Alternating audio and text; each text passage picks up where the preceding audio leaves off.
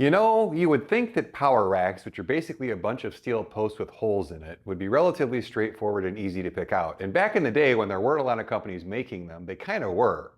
But if you've looked at power racks recently, you've seen that that has changed. And that's what we're going to talk about today on the GymCrafter podcast. Welcome back to the GymCrafter podcast. My name is Tim. I am the head gym nerd here at GymCrafter.com, the website that I built to help ordinary folks like you and I build home and garage gyms that we absolutely love. And whether you're watching on YouTube or listening on Spotify, welcome to the show. Today we are talking about racks. And in fact, this is the second episode in my series on racks, which will probably run at least 3 episodes, if not 4. Now, if you like this type of a series, or if you like the other episodes I'm putting out, make sure you hit that like button. If you don't want to miss the stuff that's coming up, make sure you subscribe. And if you know anybody who's shopping for a power rack or has questions on racks, make sure and share this episode with them so that you can help them out in picking out the perfect rack for them. Everything I talk about today will be linked in the description below, and let's get into the episode. Now, the episode before last, we did our rack episode number 1, and what I talked about was all the different types of racks, whether it's wall-mounted or squat stands or squat racks. And if you haven't heard that episode, go back and check that out. I answer a lot of questions there. Today, we're going to talk about kind of the next step in picking out your rack, which is once you've picked out the format of rack that you want, what are the things that you want in your rack? What size uprights, what size hole spacing, what type of steel gauge, all of those questions we're going to answer today. And as usual, if you guys have any information or stuff to add or other bits of advice, make sure you post them in the comments below. I always put a pinned comment together on these episodes so that people down the road listening or watching can get a little bit more out of these episodes. When I sat down to write the outline for this episode, I was originally going to go through each of the different features and specifications on a rack. And what I realized about halfway through doing that is a really boring way to approach racks. And it's not really a helpful way to help somebody buy racks. And it doesn't mirror the conversations I have with folks who I help build home and garage gyms when they're buying a rack. So I want to kind of mirror that and talk about just rack generalities. The other thing I'll throw in here is while at the end of the episode, and make sure you stay tuned to the end, I am going to go through different buying situations and the companies that I would look at and the racks that I would look at, kind of give you a good start if you're looking for a rack right now. But there's a ton of companies out there making racks. When I was at Home Gym Con this year, that's a couple of things that I noticed is pretty much everybody these days makes a rack. And it seems like everybody these days makes some type of a weight plate or 3. So there's a lot of companies I'm not going to talk about. So if you've got a favorite or you've got one that you like, make sure you post that in the comments as well so that other people can get ideas of different racks to look at. But let's start with, what are you looking for in a rack? There's 3 things that we want a rack to have. And it's not 14 gauge or 11 gauge steel. It's not a certain weight capacity like a lot of people shop for racks. The number one thing we want from a rack is stability. And stability means a couple of things. Number one, it's not going to walk around your gym, right? A lot of us who have racks that aren't bolted down, we're used to repositioning that rack every once in a while, especially if there's not enough stuff on it holding it down. The other part of stability is we don't want it to move while we're using it. And I'll give you a couple examples. I've got a buddy named Pat who used to post his workouts every day. And he had this little 2x2 rack that he bought off of Amazon. I think it was 14 gauge or even smaller steel. And every time he re-racked his weights, that whole rack would shake back and forth. And a couple times he'd hit the front of the J-hook instead of in the J-hook, and you would see the whole rack move away, and I would just kind of hold my breath. I think half the time I tuned into his Instagram page was to see if the guy was still alive after using this rack. So that's a great example of stability. And you want your rack to be stable when you're racking your weights. You don't want it to move out of the way. You don't want it to shift at all. Another part of stability is when you're using attachments. If you're using lever arms off the front of the rack, for example, where you're pushing a lot of weight and pulling that whole rack forward. If you're doing suspension training, like I do a lot of suspension training, and if you're pulling from a suspension trainer off the front of the rack, you don't want that rack to kind of come off the ground or tip. I just did a review on a lever arm hack squat attachment, and you put too much weight on that thing, and all of a sudden one side of the rack starts to tip up. So we want stability in our rack. We don't want it to move around, especially while we're training. In close relation to stability, we want safety. Not only do we want it to be stable and stay in place, but we want it to be able to hold safeties. We want to be able to hold either safety arms on the front, or we want it to be able to hold safety straps or safety pins. There's a few different options of safeties that you can have, but you always want to be able to have a rack to hold and that can't hold safeties, and you've got enough safeties to pick from to pick one that works for your particular type of training. The last thing is, and that's kind of related to that as well, is your rack is going to serve as the central hub for a lot of other things that you may or may not buy for your gym, like the lever arms I was just talking about, or the lever arm hack squat, or the lever belt squat, or a cable system, or any, a Smith machine attachment, or there's tons of stuff, and your rack needs to be able to support that stuff down the road. So last thing you want is, you don't want a rack that A, either isn't compatible with most of that stuff, or B, just doesn't work with that stuff in the first place. So when I talk to folks about buying a rack, those are the three things that we really focus on: is stability, safety, and attachments that they may or may not use down the road. And one caveat that I always tell people is that specs can be misleading. Most folks who come to me for advice on a rack talk about steel gauge, they talk about the weight capacity, and I'll give you a great example. You see a lot of racks on Amazon. They're rated at 1,000 pounds. I'm not sure what the magic of 1,000 pounds is. It sounds good in marketing, jargon, but I'm sure stuff can hold more than that. I'm sure a lot of those things can't hold that much.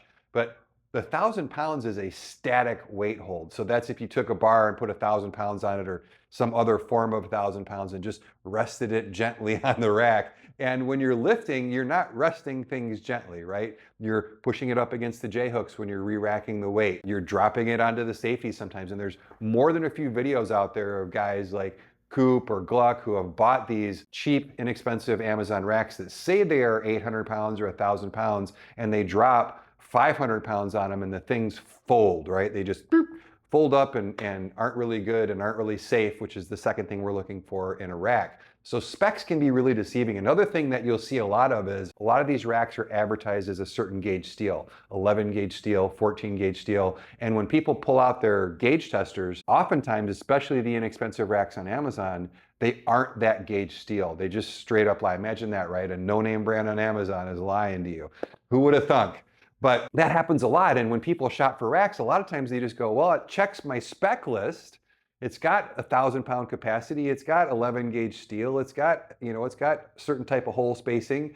And they go, cool, check, check, check. And they buy it. And A, it's not that gauge steel. And B, it's not very stable. And C, that hole spacing is in some type of measurement that only people on Pluto use, because some of these measurements that I see on the specs versus what happens in real life. And what that means is, you can't attach anything to it down the road. You're stuck with that company and their attachments only, and sometimes even their attachments don't fit. So beware of specs. So we're not going to talk a lot about specs today, although I'm going to touch on them a little bit. I'm really, like I said, we're going to touch on the stability and the ability to attach stuff down the road. And let's start with stability.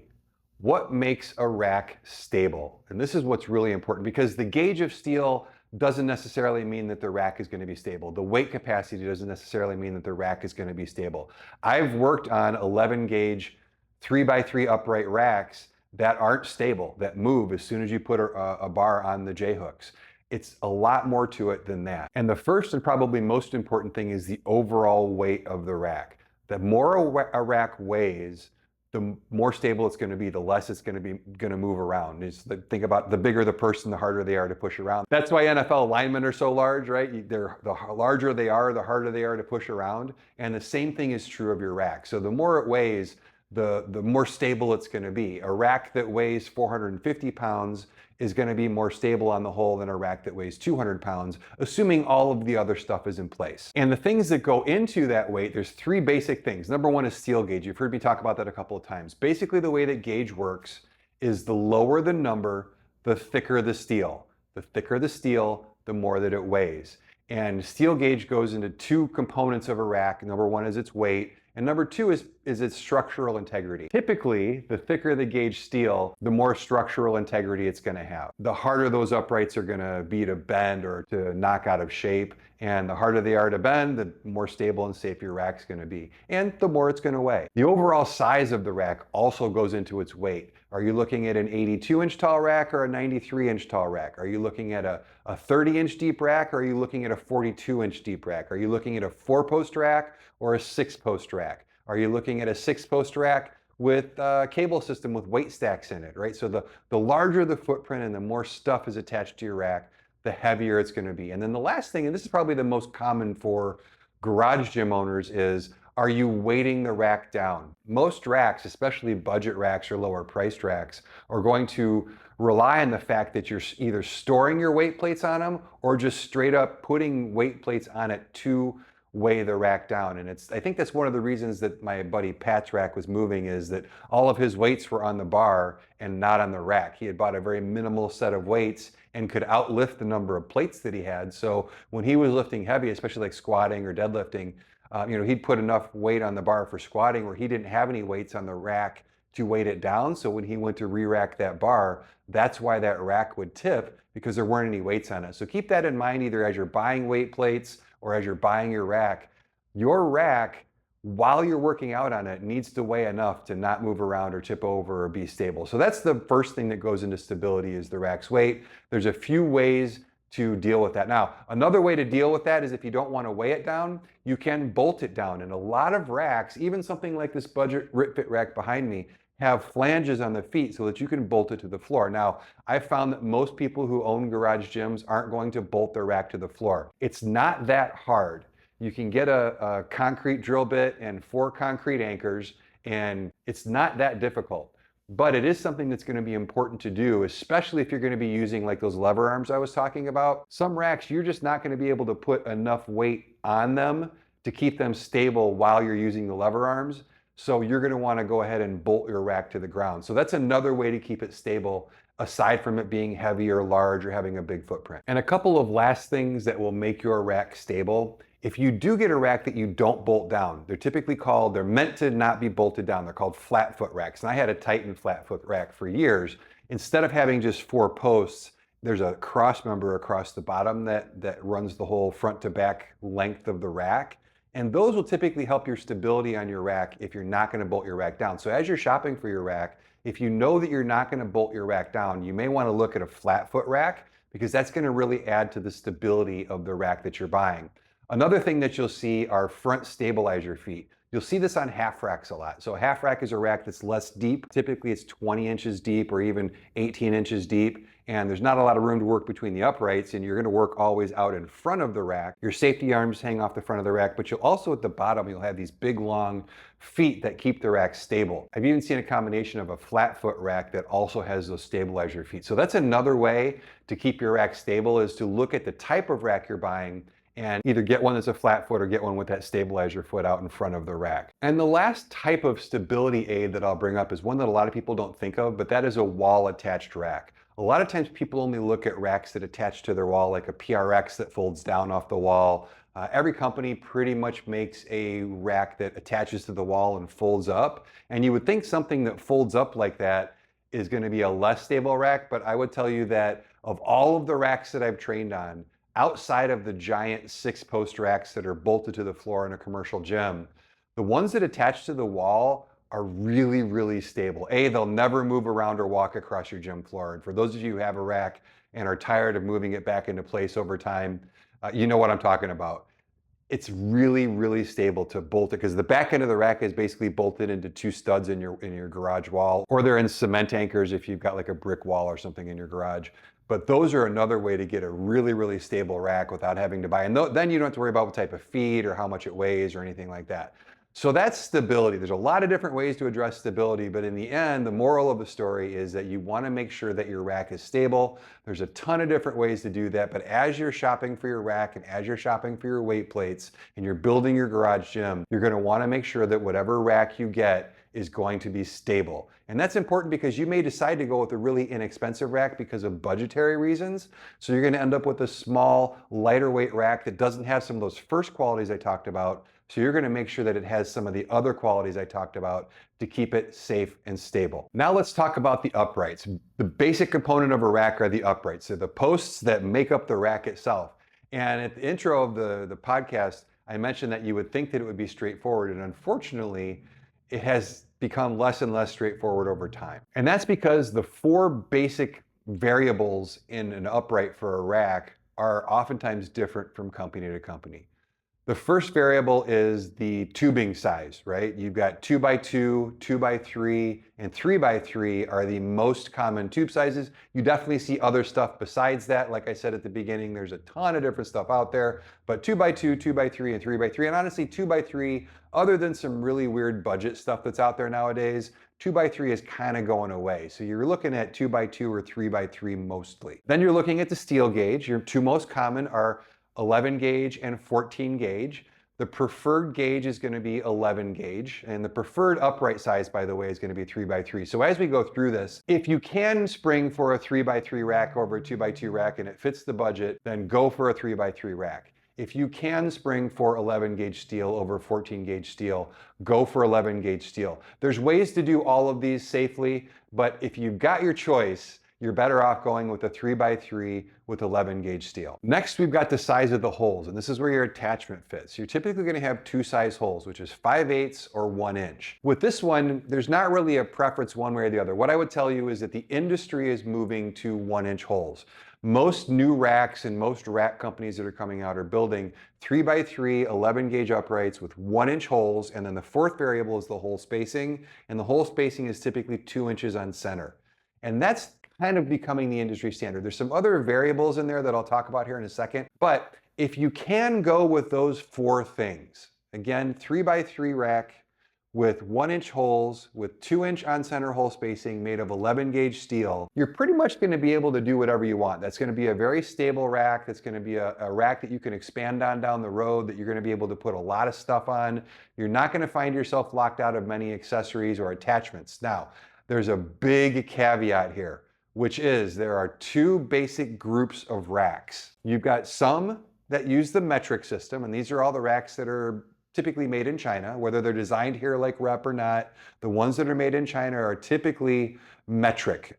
So instead of 3x3 uprights, they're actually 75 millimeter by 75 millimeter. And while that's only, I believe, 5/100ths of an inch or a couple tenths of an inch, something like that, it means that some accessories from this company don't fit on this, because the other group are Freedom units, right? It's otherwise called Imperial, which is a weird name, but we'll call them Freedom units. And those are inches. Those are 1 inch. When you hear Rogue, for example, which is made in America, it's a 1 inch hole. It's a 1 inch hole. It's not a 25 millimeter hole. It's a 1 inch hole. So your 2 inch hole spacing is 2 inches. And where you run into issues is some attachments, for example, require 2 holes. And if those holes are different spaces apart, even by a minor amount, you can't get both of the pegs in to hold that attachment in place. So when you're looking at compatibility, one thing that you're going to want to keep in mind, and we're not going to talk about this a lot in this episode because this is where we start to get very confusing. Just keep in mind that, you hear people talk about ecosystems all the time. I'm in the Rogue ecosystem, I'm in the Rep ecosystem.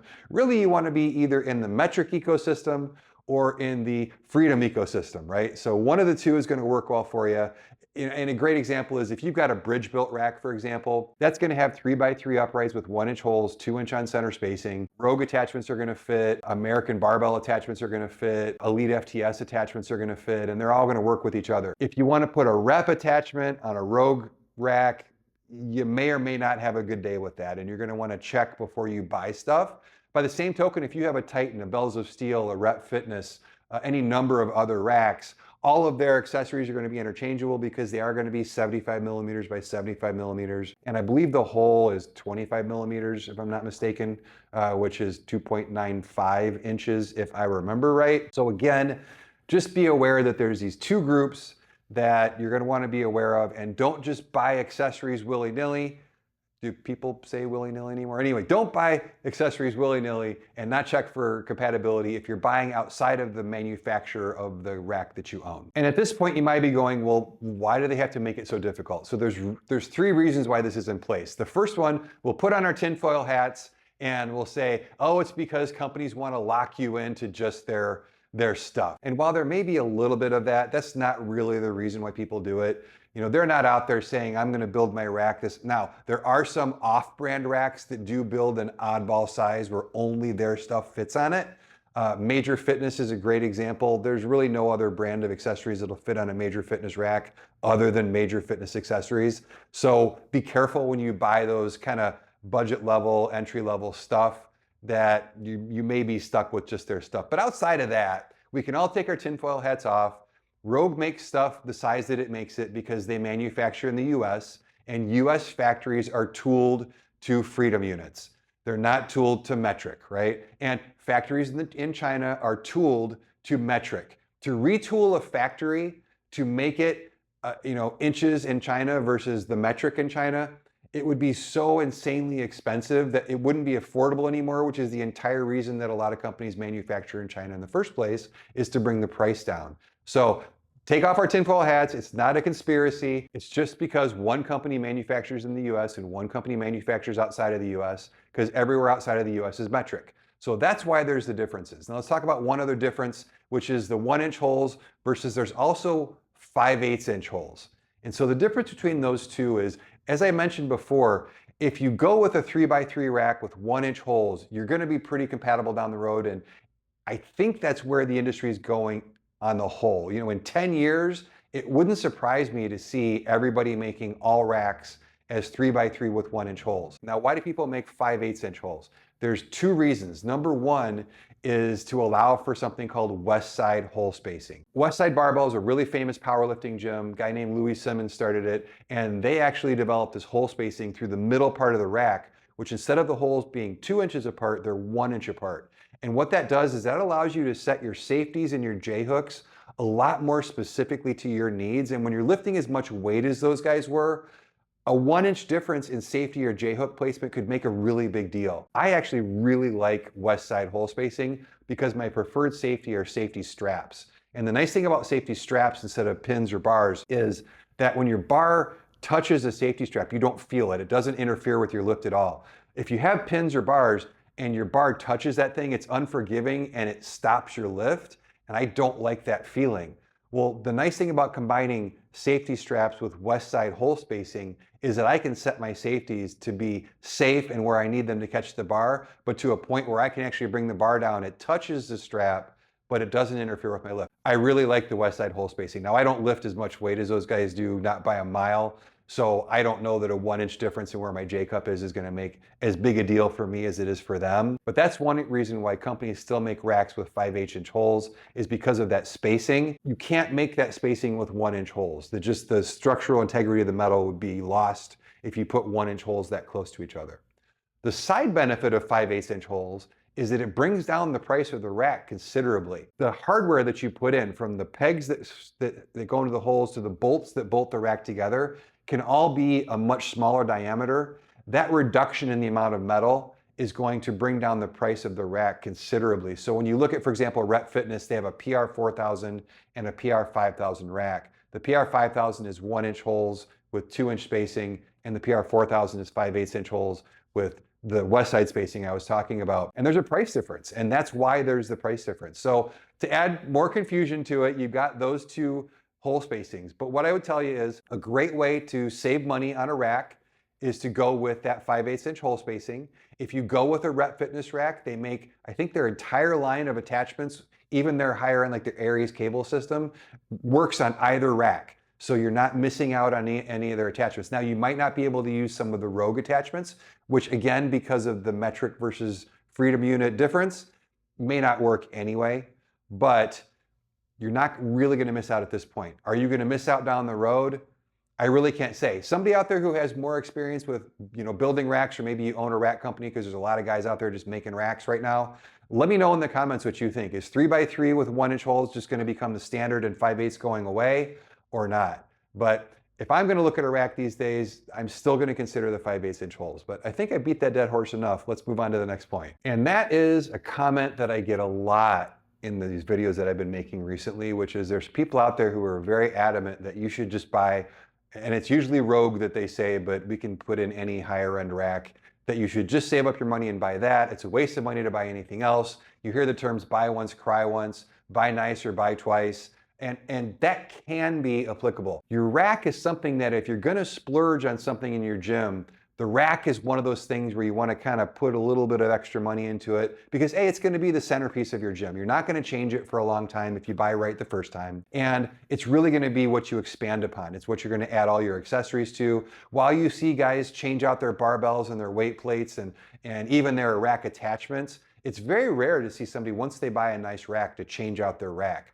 So if you can do that, then that's definitely important. But I want to kind of make a caveat to that, which is if you are going cheaper on a rack because you're looking at those specs I was talking about, you're looking at a rack that's got the same specs as a Rogue or a Rep, and you're going, well, wait a minute, this one's $500 less. I'm just going to get this one. I could get this one, but don't save money that way. If you can afford the better rack, buy the better rack. If you literally can't afford the better rack, I'll have a suggestion for you at the end of the podcast, but then don't worry about those comments. Don't feel like, because what I run into a lot of people who say, well, I can't afford, a $4,000 Monster Light or whatever the one that is the most popular for Rogue these days. So I'm just not going to buy anything. And that's not the right thing to do, because you want to train. The whole goal of training is for your health, and you don't want to sacrifice your health because you can't afford a fancy rack. It is not important to buy a fancy rack. And I'm going to go through, like I said, some options here in a second. So if you are in a budget, some good options to look at. But I wanted to kind of put that out there because there's a lot of people who really they really dig into that position of, you got to buy a really nice rack and that's the only option. You're wasting your money otherwise. And I even have some comments on there that go, oh, that rack's garbage. This rack's garbage. This thing's garbage. And the only thing that they want to buy is the Ferrari of racks, which is awesome if you can afford it. But I think it's really important, like I said, to be understanding that a very large number of people can't afford it. Or I train a lot of people with families, and the thought of spending $4,000 on a rack or even $2,000 on a rack versus $1,000 on a rack and $1,000 on their kids, they're going to choose their kids every single time. And that's the exact right thing to do. So let's talk about, if you're at different budget levels, where you might want to start looking at racks. And I'm going to do this by budget. So if you were on a budget, and I said this in my review of the Major Fitness all-in-one rack Smith machine cable system, when you're looking to save money, I would rather see all of your dollars go towards quality, towards those 3 rack characteristics we talked about up front, right? I would rather see every penny you spend go to stability, safety, and expandability down the road, instead of trying to buy a cheap all-in-one that has all these fancy things on it, right? It's got a Smith machine and it's got a cable machine. If you're on a budget, you're kind of wasting your money by going with those things. There are some good budget options for those, and if you really, that's what you want, then this RipFit, for example, is a great option for that. The M1, I'll put a link below. Otherwise, just get yourself a nice, solid, basic rack. And for me, there's one choice for that. The Rep Fitness PR1100. I know a ton of people who started with that rack. If you weight it, now you're gonna have to weight it down. It's a 2x2. It's got 3-inch hole spacing, which makes it a little awkward for attaching stuff down the road, but it's under $400. You can buy an under $400 rack from Amazon, and I promise you it's gonna be half the rack that this PR1100 is. So if you're on a significant budget, if you go, hey, I can't afford to spend $800, I can't afford to spend $1,000 on just the rack for my gym, buy the PR1100 from Rep. It's a great rack. Like I said, I'm sure a bunch of people will comment in the comments below. Yes, there will be some of those guys saying, that's garbage, it's not a 3x3 Rogue, but everybody else will back me up on this, because I know a lot of you guys have had this rack. And that's something that, it's a Rep rack, it's gonna hold its value down the road, you'll be able to sell it on Facebook Marketplace for a couple $100s down the road, and you're gonna be able to upgrade the rack at that point if you decide to do that. So that's where I would start. If I was coming in to build a garage gym from scratch, I only wanted to spend a few $100s on my rack, that is the rack that I would buy. Now, if I was willing to spend a little bit more than that, but I didn't want anything fancy, I'm willing to sacrifice on, maybe the powder coat quality or the quality of the welds, your next step is to look at Titan Fitness. I think Titan Fitness is a fantastic place to buy a rack. They're gonna have a bunch of different options. They're gonna have 2x2, they're gonna have 3x3, they're gonna have both hole types, the 5/8 and the 1-inch. You're gonna have a lot of options. They make a lot of attachments for their rack. All of the other made in China racks, their attachments are gonna fit on the Titan racks. It's a really good choice. Now you're gonna go up from the $400 price point to the $800 to $1,000 price point, maybe $700 to $800 price point, depending on the size of the uprights, but you're still gonna get a really good, functionally sound rack that's stable and safe. And keep in mind, again, you may have to weight some of these less expensive racks down with extra weight plates. Go to Play It Again Sports, pick up some used weights, go to a garage sale, pick up some used weights, put them on the feet of the rack, you'll be ready to go. But if you're willing to go up to that next budget step, then you go to Titan Fitness. Now the next step above Titan Fitness is I would look at the Bells of Steel offerings. Bells of Steel has come out with some really nice racks. They make what they call a Hydra and a Manticore. The Hydra is their 5/8 hole rack. It has the west side hole spacing I was talking about. It's a lower price than the Manticore. The Manticore is 3x3. They're both 11 gauge steel. Both really good racks. I've seen both of them in person, actually. I think I saw both of them at Home GymCon, if I'm not mistaken. But really well built, and I've gotten a lot of feedback from people who have bought these racks. They really like these racks. Now, is their powder coat perfect? No, it's better than Titan. Their welds are better than Titan, but they're not quite as good as the next companies that we're gonna talk about. But again, functionally sound, safe, stable. really good racks to look at if you're going to be in that kind of mid-tier price category. If you want to step up to the upper mid-tier, then I would look at the Rep Fitness racks, either the PR4000 or the PR5000. The PR4000, like I said before, is your 5/8 inch hole with the west side spacing. The PR5000 is 1 inch hole. You can use their rack builder. Like I said, even their cable stack attachments, everything that they make for both the PR4000 and PR5000. And both of those are really high quality racks. They make some great finishes. The finish is really good. The customer service is really good. Rep is really quickly becoming the premier home gym equipment manufacturer in the country. Now, what if you want to go even better? You say, hey, Tim, and I have people like this that I've helped out where they go, I don't care what I spend. I just want the best, right? I just want the best one. I want the nicest one. Who do you go for? And before I tell you who my list of those people are, I do want to mention, look, like I said at the beginning of the podcast, there's a million people out there making racks, and I don't want to seem like I'm slighting those people. The people that I referenced are where I would start looking. They're not the end all be all of rack companies. There are some really, really good rack like Black Widow, just off the top of my head, they make some amazingly good racks. Bolt Fitness makes some really good racks. Everybody is making a rack, right? These are just the companies that I would start with. So I'm about to list some high-end companies. I'm sure I'm going to leave somebody's favorite off. I apologize, but this is where I would start looking. The 3 companies that I'll give honorable mentions to are American Barbell, Elite FTS, and Rogue. And yes, I gave Rogue the honorable mention, not the top spot. But all 3 of those companies make amazingly good racks. They're all made in the US. They're all going to have actual Freedom Unit measurements, and they're all going to have an ecosystem of stuff that fits because Rogue stuff is going to fit on all of those racks. But if I was to go out today and throw my budget to the wind and just open my wallet wide, I would buy a Bridge-Built rack, and I would buy a Bridge-Built rack in a heartbeat. It's a great company. They're made to order. They're just a fantastic rack manufacturer, one of the best rack manufacturers out there right now. Their attention to detail, their powder coating, the quality of their welds, the quality of their accessories. They make some of the sickest weight plates out there. They're a little expensive, but I really think they're worth every penny. And when you're talking about getting a rack that's going to be a lifetime piece, you've got the money in the budget. For me, I would go with Bridge-Built. And again, made in the USA. You don't have to worry about, if you want to buy a Rogue, whatever, it'll fit on it. You don't have to worry about compatibility. And as Bridge-Built grows, I really see them growing over the next few years to have a really nice suite of their own accessories and attachments to match. But if you've never heard of Bridge-Built or you haven't looked at them, definitely check them out. Like I said, I'll put a link down below for those guys, but that's who I would look at. So just to get you guys started, if you're looking at racks and you kind of got an understanding of what you're looking for, all of those companies I just mentioned will have all of those things. So that's a lot of talking. What do you guys think?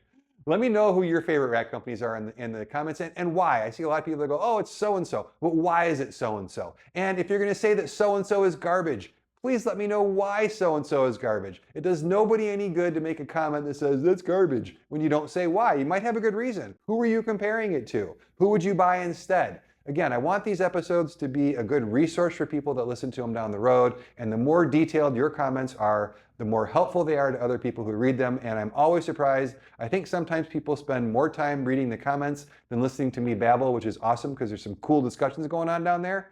But that's all I've got for this episode of the GymCrafter podcast. I appreciate you guys hanging with me. Like I always say, if you're still here and listening, thank you so much. If you haven't hit that like button yet, go ahead and do that. If you've listened this far and you didn't like the episode, didn't like the way I say didn't, if you didn't like the episode, then tell me why. Why did you watch this and not like it? That doesn't make any sense to me. But anyway, until next episode, I appreciate you hanging out. I'm Tim with GymCrafter.